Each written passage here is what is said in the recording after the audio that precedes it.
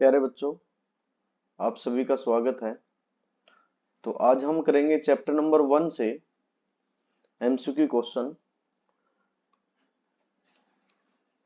तो यहाँ पे एक एक क्वेश्चन जरूर आ जाता है पेपर में। तो टोटल 20 क्वेश्चन होंगे इसमें। तो ये सब हम डिस्कस करेंगे। इससे पहले जो वीडियो थी उसमें क्वेश्चन भी कम थे और एक दो क्वेश्चन में किसी में ऑप्शन गलत थे, तो इस तरह से वो मैंने दोबारा बनाई है अभी ये वीडियो। तो इसको ध्यान से देखना है। क्वेश्चन नंबर 1 है, तो निम्नलिखित में से कौन सी सबसे छोटी प्राकृत संख्या है? तो प्राकृत संख्याएं क्या होती हैं? जो 1 से शुरू होती हैं और वो चलती जाती हैं। तो सबसे छोटी प्राकृत संख्या क्या हो जाएगी? 1। तो हमारा ऑप्शन नंबर सी सही होगा। नेक्स्ट क्वेश्चन है क्वेश्चन नंबर 2। 45 तथा 60 का में से क्या होगा? में से मतलब HCF। HCF क्या होगा? तो सबसे पहले 45 के अभाज्य गुणनखंड बनाएंगे। तो किससे भाग होगा ये? सबसे पहले 3 से होगा 15, फिर 3 से होगा 5, फिर 5 से होगा 1। ऐसे ही 60 के बनाएंगे। तो ये सबसे पहले किससे भाग होगा? 2 से। तो 30 आएगा यहाँ पे, फिर 15 आएगा, फिर 3 से होगा 5, फिर 5 से होगा 1। तो 45 के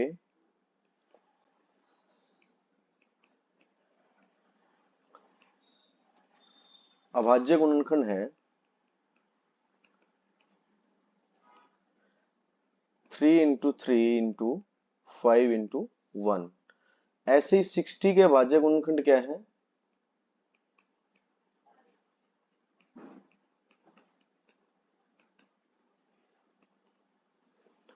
2 इंटू 2 इंटू 3 इंटू 5। तो इसको मैं क्या लिख सकता हूं? 3 की घात 1, 3 की घात 1, तो 3 की घात 2 इंटू 5। इसको मैं क्या लिख सकता हूं? 2 की घात 1, 2 की घात 1, तो 2 की घात 2 इंटू 3 इंटू 5। अब HCF क्या हो जाएगा? HCF के लिए हमें क्या देखना है? दोनों में जो कॉमन हो और सबसे छोटी घात। HCF के लिए क्या देखना है? दोनों में सबसे छोटी घात, लेकिन वो दोनों में होना चाहिए। तो जैसे यहाँ दोनों में क्या क्या है? यहाँ 3 की घात 2 है और 3 की घात यहाँ कितनी है? 1 है। तो यहाँ इन दोनों में 3 की घात सबसे छोटी क्या है? 3 की घात 1।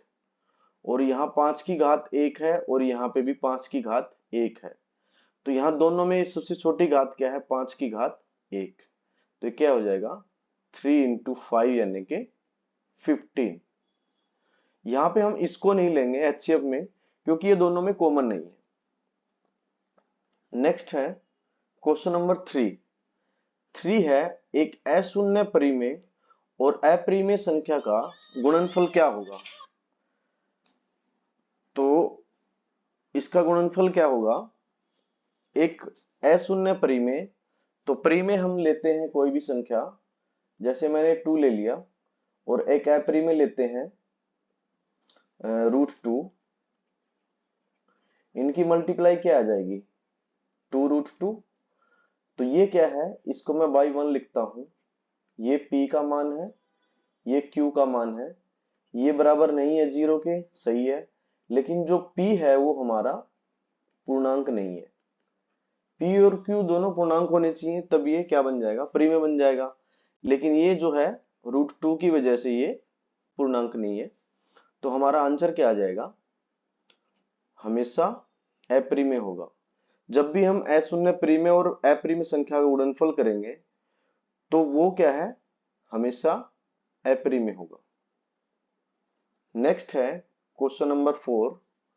4 में देखते हैं, यदि a बराबर 2 की घात 0 गुणा 3 गुणा 5 है और b बराबर 24 इंटू 5 इंटू 7 है, तो इसको हम क्या लिखेंगे? 2 की घात 0 का मतलब किसी भी संख्या की अगर घात 0 है तो उसका मान 1 होता है, चाहे वो संख्या कुछ भी हो। तो ये क्या हो जाएगा 1 इंटू 3 इंटू 5। ऐसे ही यहाँ पे 24 है, पहले इसके अभाज्य गुणनखंड बना लेंगे।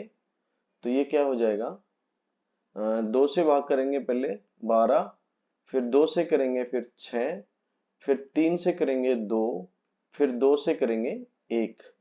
तो इसके अभाज्य गुणनखंड क्या हो जाएंगे 2 की घात कितना हो जाएगा 3 हो जाएगा, और 3 की घात 1 है इंटू 1। तो ये क्या हो जाएगा 2 की घात 3 गुणा 3 गुणा 5 गुणा 7। अब इन दोनों में देखना है, हमें निकालना क्या है, हमें एलसीएम निकालना है। एलसीएम के लिए हम क्या देखते हैं, सबसे बड़ी घात। तो 2 की सबसे बड़ी घात क्या है, 2 की सबसे बड़ी घात 3 ही है, वो कॉमन हो ना हो जरूरी नहीं है। और 3 की सबसे बड़ी घात क्या है, 3 की सबसे बड़ी घात 1 ही है। और 5 की सबसे बड़ी घात क्या है, दोनों में 1 ही है। और 7 की सबसे बड़ी घात क्या है, 1 ही है।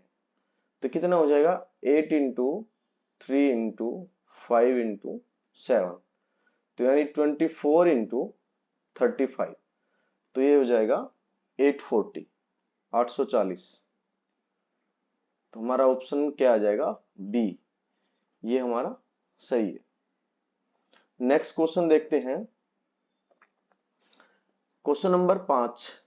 संख्या 2.13113 तो ये क्या है, तो ये क्या है, ये एक तो अशांत है और दूसरा क्या है, अनावर्ती है। अनावर्ती मतलब इसकी आवर्ती नहीं हो रही है। तो यहाँ पे क्या हो रहा है 2.13, 1 3 आया, फिर 1 1 3, फिर 2 1 आ रहे हैं, फिर क्या आएगा 1 1 1 3, फिर 3 1 आ रहे हैं, ऐसे हो रहा है। लेकिन ये क्या है, अगर ये ऐसे ही रिपीट होता, ऐसे ही बार बार आता 1 3 1 3 1 3 1 3, फिर ये क्या बन जाती, ये बन जाती परिमेय। लेकिन अभी क्या है, इसकी आवर्ती नहीं हो रही है, अनावर्ती है। तो इसको हम क्या किसमें काउंट करेंगे, इसको हम लेंगे अपरिमेय संख्या। नेक्स्ट है क्वेश्चन नंबर 6। 144 के अभाज्य गुणनखंड में 2 का घातांक है। तो सबसे पहले 144 के अभाज्य गुणनखंड बनाएंगे। तो सबसे पहले किससे भाग होगा, ये 2 से, फिर किससे भाग होगा 2 से, फिर किससे होगा 2 से, फिर किससे होगा 2 से, फिर किससे होगा 3 से, फिर किससे होगा 3 से। तो 144 के अभाज्य गुणनखंड जो है वो क्या हो जाएंगे, 2 की घात कितनी हो जाएगी 1 2 3 4, 2 की घात 4 इंटू 3 की घात कितनी हो जाएगी 2। अब हमें क्या बताना है, 2 का घातांक। घातांक मतलब 2 की घात कितनी है यहाँ पे 4। तो हमारा ऑप्शन नंबर सी इसका आंसर होगा। तो नेक्स्ट क्वेश्चन है क्वेश्चन नंबर 7। 7 में है, यदि ए और बी अभाज्य संख्याएं हैं तो लेस है ए बी क्या होगा, हमें एलसीएम बताना है ए और बी का। तो अभाज्य संख्याएं हैं, अभाज्य संख्याएं में उदाहरण ले लेता हूं। सबसे पहली अभाज्य संख्या क्या होती है, 2 होती है, फिर 3 होती है, फिर 5, और फिर 7, फिर 11। ये सब क्या है अभाज्य संख्याएं। अभाज्य संख्याएं वो होती हैं जो एक से और अपने आप से भाग हो, किसी तीसरी संख्या से भाग ना हो। तो यहां मैं एग्जांपल ले लेता हूं, उदाहरण ले लेता हूं। मान लो मैं 2 और 3 का उदाहरण ले लेता हूं। तो इसके और इसके क्या क्या गुणनखंड हो जाएंगे, इसके क्या होंगे 1 इंटू 2, इसके क्या हो जाएंगे 1 इंटू 3। अब हमें क्या देखना है एलसीएम। एलसीएम के लिए हम क्या देखते हैं, एलसीएम के लिए हमें देखते हैं सबसे बड़ी घात। ठीक है, तो सबसे बड़ी घात दोनों में क्या है, एक की तो सबसे बड़ी घात एक ही है, एक, और दो की सबसे बड़ी घात क्या है, एक ही है, और तीन की सबसे बड़ी घात क्या है, एक ही है। तो ये क्या आ रहा है, सारा गुना होके 6, और 6 मतलब इन दोनों की मल्टीप्लाई करके आ रहा है ये 2 into 3 की। तो इसका मतलब क्या है, जब मैं ए ले लूं और बी ले लूं तो इनका अगर मैं एलसीएम निकालूंगा, अगर ये दोनों अभाज्य होंगी तो एलसीएम क्या हो जाएगा, ए गुना बी, यानी कि ए बी। तो हमारा आंसर जो है ऑप्शन नंबर सी सही होगा। नेक्स्ट है क्वेश्चन नंबर 8। दो परिमेय संख्याओं के बीच अधिकतम कितनी परिमेय संख्याएं हो सकती है। तो किसी भी दो संख्या है, दो ले लिया मैंने, तीन ले लिया, अगर इनके बीच में मुझे परिमेय संख्या निकालनी है, तो अगर मुझे एक परिमेय संख्या निकालनी है तो मैं क्या करूंगा, 1 + 1 = 2। तो 2 से ऊपर नीचे गुणा और भाग करेंगे, तो ये कितना हो जाएगा, 4/2, और ये कितना हो जाएगा, 6/2। तो यानी इन दोनों के बीच में जो है वो कौन सी संख्या बची है, 5/2। तो ऐसे ही हम, अगर हमें मुझे दो अब अभी मैंने एक संख्या निकाली थी, अगर मुझे तीन निकालनी होगी तो मैं क्या करूंगा, 3+1 यानी कि 4, 4/4 से। अगर 4 निकालनी होगी तो 4+1, 5 निकालनी होगी तो 4+1, ऐसे करके हम इसको मल्टीप्लाई डिवाइड करते जाएंगे। ठीक है, तो ये क्या हो जाएगा, ऐसे मल्टीप्लाई डिवाइड करेंगे तो जितनी गिनतियां हैं उतनी ही बार हम कर सकते हैं। तो इसका मतलब क्या है, इनके बीच में कितनी भी परिमेय संख्याएं हो सकती हैं। तो ऐसे हम करते जाएंगे, निकलती जाएंगे, करते जाएंगे, निकलते जाएंगे, तो इसका आंसर क्या आ जाएगा, अनंत। क्या आ जाएगा, अनंत, यानी कि अनगिनत। अगला है क्वेश्चन नंबर 9।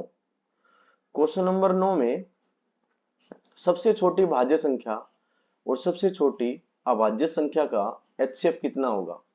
तो सबसे छोटी भाज्य संख्या क्या होती है, भाज्य संख्या वो होती है जो एक अपने आप और तीसरी संख्या से भी भाग हो।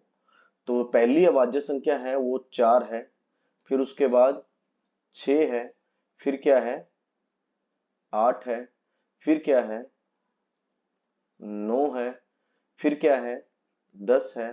ये ऐसे चलती जाएंगी, क्यों, क्योंकि जो 4 है वो किस किस से भाग हो रहा है, एक से भी भाग हो रहा है, दो से भी हो रहा है, और 4 से भी हो रहा है। ऐसे जो 6 है वो किससे हो रहा है, एक से भी, दो से भी, तीन से भी, 6 से भी। ठीक है, तो अभाज्य संख्या क्या है, जो सिर्फ एक और अपने आप से भाग हो। तो पहली अभाज्य संख्या 2 है, फिर 3 है, फिर 5 है, फिर 7 है, फिर 11 है, ऐसे चलती जाएंगी। तो सबसे छोटी भाज्य संख्या क्या है, 4, और सबसे छोटी अभाज्य संख्या कितनी है, 2। इसका हमें एचसीएफ बताना है। तो 4 के जो अभाज्य गुणनखंड मैं बनाऊं तो क्या बनेंगे, 2 × 2 यानी 2 की घात 1। और अगर मैं 2 के अभाज्य गुणनखंड बनाऊं तो क्या बनेंगे, 2 की घात 2 आएगा यहाँ पे, एक और एक। तो और 2 के मैं अभाज्य गुणनखंड बनाऊं तो क्या बनेगा, 2 की घात 1। अब मुझे एचसीएफ देखना है। एचसीएफ के लिए हम क्या देखते हैं, सबसे छोटी घात जो दोनों में हो, सबसे छोटी घात जो दोनों में हो। तो 2 जो है वो दोनों में है, तो 2 की सबसे छोटी घात क्या है, 2 की घात 1 ही है। तो आंसर हमारा क्या आ जाएगा, 2। तो ऑप्शन नंबर जो है बी सही होगा। नेक्स्ट क्वेश्चन है क्वेश्चन नंबर 10। दो लगातार संख्याओं का मैस है, यानी कि एचसीएफ कितना है। दो लगातार संख्याएं मैंने ले ली, जैसे 2 ले लिया और 3 ले ली। तो 2 के अगर मैं अभाज्य गुणनखंड बनाऊं तो क्या बनेंगे, 1 × 2, और 3 के क्या बनेंगे, 1 × 3। तो मैस है, यानी कि एचसीएफ के लिए हम क्या देखते हैं, सबसे छोटी घात जो दोनों में है। तो सबसे छोटी घात जो दोनों में है वो क्या है, एक ही है और कोई नहीं है।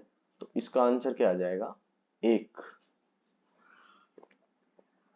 नेक्स्ट है दो संख्याओं का a और 18 का एलसीएम 36 है और एचसीएफ 2 है, तो a का मान बताओ। तो दो संख्याएं क्या हैं? संख्याएं हैं हमारे पास a और 18 और इनका एलसीएम है 36 और एचसीएफ है 2 एचसीएफ 2 है। तो देखो संख्याओं की पहली संख्या,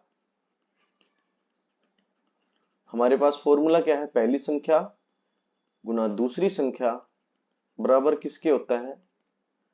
एचसीएफ गुना एलसीएम। तो पहली संख्या क्या है? a और दूसरी क्या है? 18 और एलसीएम कितना है? 36 और एचसीएफ कितना है? 2। इसको हम रखेंगे तो a जो है वो बराबर हो जाएगा, 18 को उधर लेके जाएंगे डिवाइड में हो जाएगा, तो 2 इंटू 36/18, तो ये कट जाएगा 2 से, तो 2 इंटू 2 कितना हो जाएगा? 4। तो हमारा आंसर आ जाएगा सी। नेक्स्ट है क्वेश्चन नंबर 12, 6x4y और 12x4y का एचसीएफ है। तो 6x4y इसके अभाज्य गुणनखंड बना लेंगे, क्या बनेंगे? 3 into 2 into x into 2 into 2 into y, और 12xy के हम बनाएंगे तो क्या बनेंगे? 2 into 2 into 3 into x into y. अब इसमें क्या कर सकते हैं? 2 की घात कितनी है? यहाँ पे 3 है, तो 2 की घात कितना हो जाएगा? 3 into 3 into x into y, और यहाँ पे 2 की घात कितना है? 2, और 3 की घात कितना है? 1 ही है, इंटू एक्स इंटू वाई। अब हमें क्या देखना है? एचसीएफ। एचसीएफ क्या होता है? सबसे छोटी घात जो दोनों में है। तो दोनों में क्या है? 2 की घात 3 भी है और 2 की घात 2 भी है, यानी कि 2 कॉमन है। सबसे छोटी घात क्या है? 2 की घात 2। तो एचसीएफ बराबर हो जाएगा 2 की घात 2 गुणा, और दोनों में क्या है? 3 भी कॉमन है, और 3 की सबसे छोटी घात क्या है? 3 की सबसे छोटी घात 1 ही है, तो ये क्या हो जाएगा? x into y. अब ये टोटल हो जाएगा 2 की घात 2 यानी कि 2 दुना 4, और 3 की घात 1 यानी कि 3, तो ये हो जाएगा 4 into 3 into x into y, तो यानी कि 12xy। लेकिन हमारा ये जो आंसर है वो तो ऑप्शन में है नहीं, तो ये जो ए ऑप्शन है इसको अगर हम सोल्व करेंगे तो 6 इंटू 2 12 और xy, तो हमारा ये ए ऑप्शन आंसर होगा। नेक्स्ट क्वेश्चन, क्वेश्चन नंबर 13, कौन सा युग्म सह अभाज्य है? सह अभाज्य संख्याएं वो होती हैं जिनका एचसीएफ 1 होता है। तो हमें ऐसी संख्याएं ढूंढनी है जिनका एचसीएफ 1 होगा। तो अगर मैं बी ऑप्शन लेता हूं, तो जैसे 18 है, 18 के अगर मैं अभाज्य गुणनखंड बनाऊं,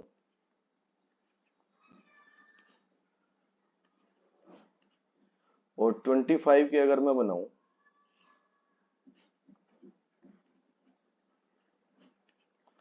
तो 18 के क्या हो जाएंगे? 3 की घात 2, और 25 के क्या हो जाएंगे? 5 की घात 2। अब इन दोनों में एचसीएफ हम क्या क्या लिखते हैं? एचसीएफ के लिए हम क्या लेते हैं कि दोनों में जो है कॉमन हो और सबसे छोटी घात। तो दोनों में यहाँ पे क्या है? कुछ भी कॉमन नहीं है, नहीं है तो हम इंटू 1 लगा लेंगे, तो 1 हमेशा कॉमन रहता है। तो यहाँ पे क्या है? दोनों में क्या एचसीएफ आ रहा है? 1 आ रहा है। तो इसलिए क्या है, ये हमारा बी ऑप्शन सही है, यही हमारा आंसर होगा। बाकी में तुम देखोगे तो HCF एक नहीं आएगा, अलग अलग आएगा। अगर आपने ये चेक कर लिया है और ये चेक कर रहे हो तो आंसर यही है, बाकी आगे आपको चेक करना ही नहीं है, देखना ही नहीं है आगे। क्वेश्चन नंबर 14 में है, निम्न में से कौन सा परिमेय है। तो फर्स्ट है पाई। पाई जो है वो अपरिमेय होता है, ये आपको याद रखना है। और 22/7 जो है वो परिमेय होता है। तो और ये जो है √7 ये अपरिमेय है। क्यों? क्योंकि √7/1 लिखेंगे तो ये P और ये Q बराबर नहीं है 0 के, सही है, लेकिन ये जो है ये पूर्णांक नहीं है। ठीक है, अब नेक्स्ट लेते हैं सी ऑप्शन। सी ऑप्शन में जाएंगे तो इसको अगर हम सोल्व करेंगे तो √16/25 है, इसको मैं अलग अलग ऐसे लिख सकता हूं।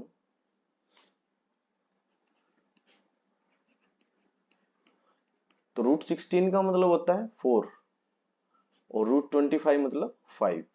तो ये भी P और ये Q, और Q बराबर नहीं है 0 के, और P और Q दोनों पूर्णांक भी हैं। तो इसका मतलब क्या है, हमारा सी आंसर होगा। नेक्स्ट क्वेश्चन है क्वेश्चन नंबर 15। 70 और 40 के लिए HCF गुना LCM बराबर है। 70 और 40 मतलब दो संख्याएं हैं, तो आपने फॉर्मूला याद होगा कि पहली संख्या गुना दूसरी संख्या किसके बराबर होती है, HCF इंटू LCM। तो यहाँ पे पहली संख्या यानी कि 70 गुना 40 किसके बराबर हो जाएगा, HCF गुना LCM। और इनकी गुणा क्या आ जाएगी, इनकी गुणा आ जाएगी 2800 बराबर HCF गुना LCM। तो यानी कि आंसर क्या हो जाएगा 2800। सी आंसर होगा हमारा। क्वेश्चन नंबर 16 है। 16 में देखते हैं कि संख्या जो है एक है, ये बताना है कि कौन सी संख्या है। तो इस संख्या को हम लिख लेते हैं एक बार।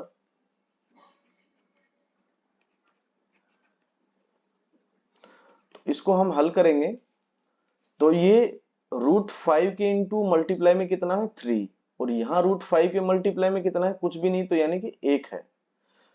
तो ये -3 और ये +1, और इसको आप मान लो कि ये x है।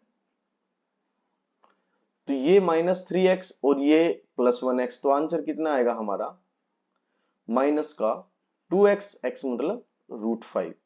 तो ये हमारा आंसर आएगा। इसको हम आगे सोल्व नहीं कर सकते, और इसके अंदर है क्या, ये √5 है, ये खत्म नहीं होगा, तो इसलिए क्या है, ये क्या है, अपरिमेय संख्या। तो हमारा आंसर बी होगा। नेक्स्ट क्वेश्चन है 17। 2 की घात 3, 3 गुना 5, और 2 की घात 4 और 5 गुना 7, इसका हमें क्या बताना है, एलसीएम। तो एलसीएम के लिए हम क्या देखते हैं, हम देखते हैं सबसे बड़ी घात। तो 2 की सबसे बड़ी घात क्या है, 4 है, और 5 की सबसे बड़ी घात क्या है, दोनों में एक एक ही है, और 3 की सबसे बड़ी घात क्या है, एक ही है, लेकिन ये कॉमन नहीं है तो भी हम इसको लेंगे। 7 की सबसे बड़ी घात क्या है, एक ही है लेकिन ये कॉमन नहीं है तो भी हम इसको लेंगे। तो कितना हो जाएगा, 8 इंटू 5 इंटू 3 इंटू 7, 40 इंटू 21। तो इसका आंसर हो जाएगा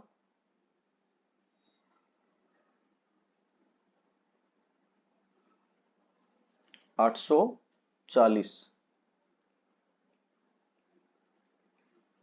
जो यहां है नहीं इसमें किसी में भी, तो यानी कि क्वेश्चन में गड़बड़ है। तो आप यहां इसको काट के 840 लिख सकते हैं, तो हमारा बी ऑप्शन होगा। ठीक है, नेक्स्ट क्वेश्चन है क्वेश्चन नंबर 18 देखते हैं। 12 और 20 के एचसीएफ और एलसीएम के बीच क्या संबंध है। तो हम क्या करेंगे, सबसे पहले 12 के अभाज्य गुणनखंड बनाएंगे। तो 12 की 2 से भाग होगा 6, फिर दोबारा 2 से होगा 3, फिर 3 से होगा 1, फिर 20 के बनाएंगे तो ये कितने से होगा, 2 से 10, फिर 2 से होगा 5, फिर 1। तो 12 के अभाज्य गुणनखंड क्या बन जाएंगे,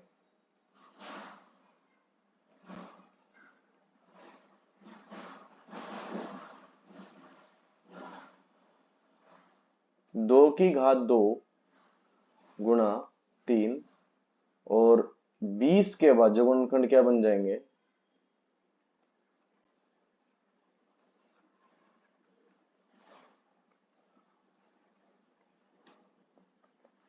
2 गुणा 5।